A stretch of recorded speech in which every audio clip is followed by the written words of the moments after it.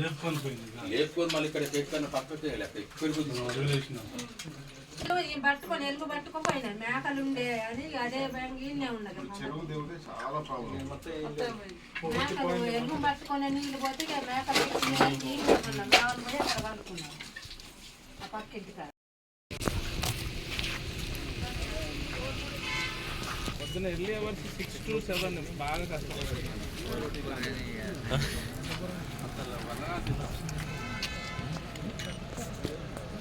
కనీసం 100 ఎకరాలు అంటే ఇంత కూడా ఉంటాయి.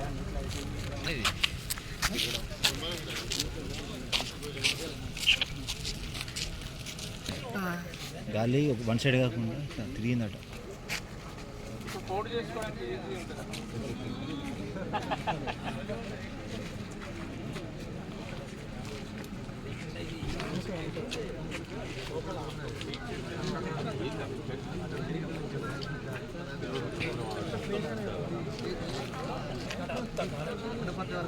రాత్రికి వచ్చి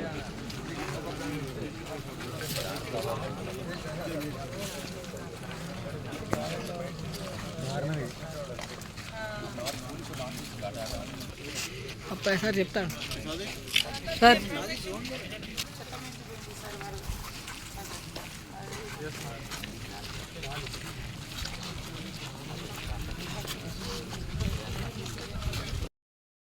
ములుగు నియోజకవర్గంలో, ములుగు జిల్లాలో కానీ ములుగు నియోజకవర్గంలో కానీ చూసినప్పుడు నిన్న ఉదయం నుంచి కూడా మరి పెద్ద ఎత్తున వర్షము ఈ ప్రాంతంలో మొదలైంది.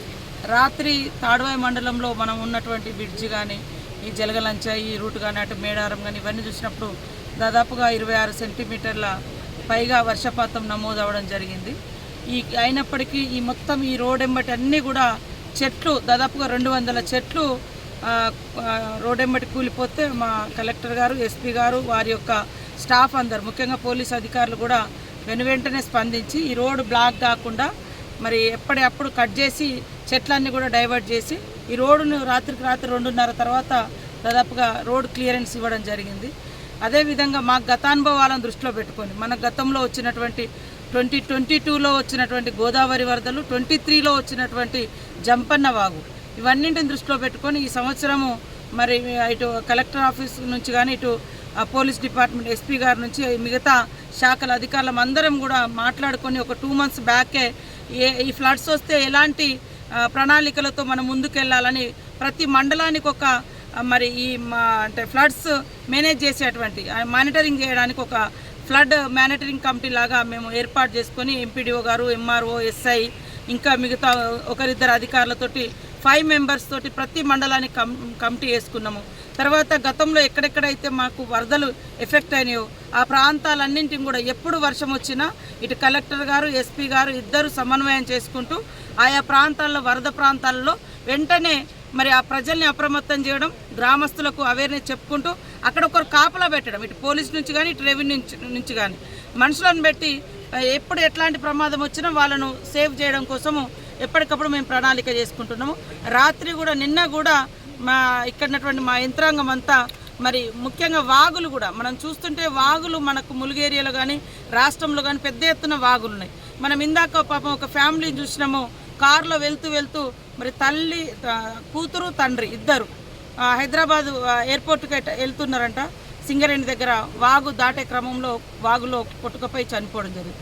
ఇక్కడ మన దగ్గర చెర్ల దగ్గర కూడా భద్రాద్రి కొత్తగూడెంలో ఇద్దరు ఆదివాసీలు వాగు దాటుతూ చనిపోవడం జరిగింది. మన దగ్గర కాలోపల్లిలో కూడా మేము చెప్పినాం చాలాసార్లు వాగులు దాటొద్దని.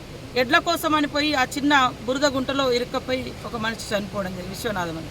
కాబట్టి మా దగ్గర మేము ఆల్రెడీ ఒక మెకానిజాన్ని అడాప్ట్ చేసుకోవడం జరిగింది. ఎక్కడ వాగులు ఉంటాయో ఆడ రోడ్లు వెంబడి మొత్తం కూడా అటు ఇటు పోలీస్ బ్యారికేడ్స్ పెట్టడం, అక్కడ ఒకరిద్దరు అధికారులను పెట్టి ఈ వాగుల మీద నుంచి దాటొద్దని మరి ఎప్పటికప్పుడు వాళ్ళకు ఒక కాషన్ లాగా ఒక అడ్వైజ్ చేస్తాను, నివారణ చేయడం జరుగుతుంది.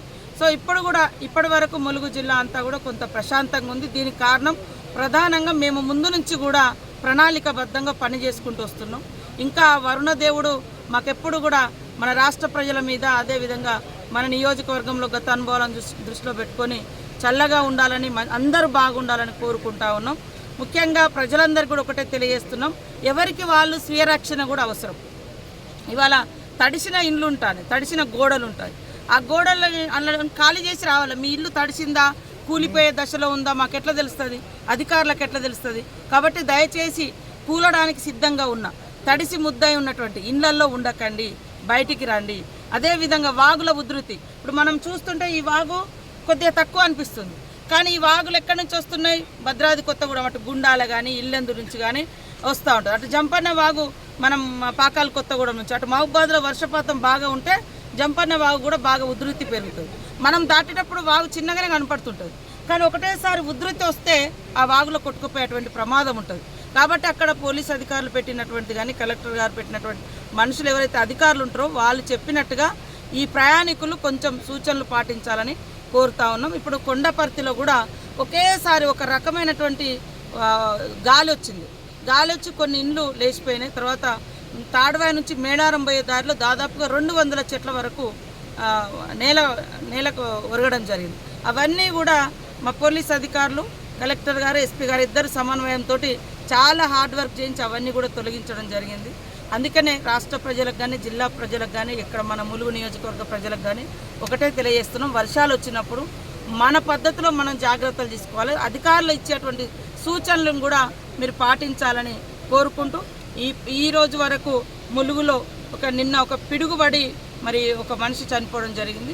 అదేవిధంగా పశువుల కాపరి అటు బయటికి వెళ్తూ అక్కడ ఉన్నటువంటి గుంతలో, మరి బురద గుంతలో ఇరుక్కుపోయి చనిపోవడం జరిగింది. ఇవి కూడా వారిని కూడా మేము తప్పకుండా ఆదుకుంటాం. అదేవిధంగా ఎక్కడైతే ఇల్లు కూలిపోయినాయి ఇప్పుడు కొండపర్తి కూడా ఒకసారి సందర్శిస్తాం. అదేవిధంగా బూటారం గ్రామం కూడా జంపన్న వాగును ఆనుకొని ప్రవహిస్తుంది. అది ప్రమాదకరమైనటువంటి పరిస్థితి అని వాళ్ళని కూడా తీసుకొచ్చి మరి రిలీఫ్ సెంటర్లో పెట్టడం జరిగింది, పునరావాస కేంద్రంలో. ఇక్కడ కొండపర్తిలో కూడా ఒక పునరావాస కేంద్రం పెట్టినాము. అటు ఇంకా ఎక్కడెక్కడ అవసరం ఉందో అవన్నీ కూడా మేము ఐడెంటిఫై చేసుకొని ఎప్పటికప్పుడు చేస్తూ ఉన్నాం. 2 days బ్యాక్ కూడా చీఫ్ సెక్రటరీ గారు రివ్యూ చేయడం జరిగింది. ఈరోజు కూడా సీఎం గారు కూడా ఎక్కడికక్కడ మరి మానిటరింగ్ చేస్తూ ఉన్నారు. స్పెషల్గా సెక్రటేరియట్ నుంచి కూడా మానిటరింగ్ జరుగుతుంది. అదేవిధంగా మరి ఈరోజు కూడా మళ్ళీ చీఫ్ సెక్రటరీ గారు, ఎస్పీ గారితో, కలెక్టర్ గారితో, ఇతర శాఖలతో కూడా వారు రివ్యూ పెట్టుకున్నారు. మేము కూడా ఎప్పటికప్పుడు మానిటరింగ్ చేస్తున్నాం. ఏది ఏమైనా ఇలాంటి దురదృష్టకరమైనటువంటి పరిస్థితులలో, ఇలాంటి ఒక పెను విపత్తులో ప్రతి ఒక్కరూ రాజకీయాలకు అతీతంగా, అదేవిధంగా మానవతా దృక్పథంతో ఎక్కడ ఎవరికి ఏది అవసరం ఉంటే అలాంటి సహాయ సహకారాలను మనం అందిపుచ్చుకోవాల్సిన అవసరం ఉంది. ఇలాంటి వరద బీభత్స ప్రాంతాల నుంచి ప్రజల్ని సేవ్ చేయడం కోసం యూత్ కానీ, లోకల్ లీడర్స్ కానీ, ప్రజాప్రతినిధులు కానీ, మాజీ ప్రజాప్రతినిధులు అందరూ కూడా మానవతా దృక్పథంతో మరి ఒక అధికారుల మీదనే, ఒక డిపార్ట్మెంట్స్ మీదనే మనం డిపెండ్ కాకుండా అందరు ఎట్లా వీలైతే అట్లా మనం చేయితనందించి మన ప్రజల యొక్క ప్రాణాలను కాపాడుకోవాల్సిన అవసరం ఉందని తెలియజేస్తూ, ఇప్పటివరకైతే క్లియర్గా ఉంది. రాబోయే అటువంటి సంవత్సరంలో జలగలంచె వాగు కానీ, గుండ్ల వాగు కానీ, అదేవిధంగా కటక్షపురం మీద ఉన్నటువంటి వాగు కానీ, ఈ నేషనల్ హైవే 400 కోట్లు ఇప్పటికే శాంక్షన్ చేయించుకున్నాం. ఈ 400 కోట్లలో ఈ బ్రిడ్జిలన్నీ కూడా తొందరలోనే కంప్లీట్ చేస్తాం. రాబోయే కాలంలో ఇలాంటి ప్రాబ్లం రాకుండా మన ప్రభుత్వం చర్యలు తీసుకుంటుందని తెలియజేస్తాం.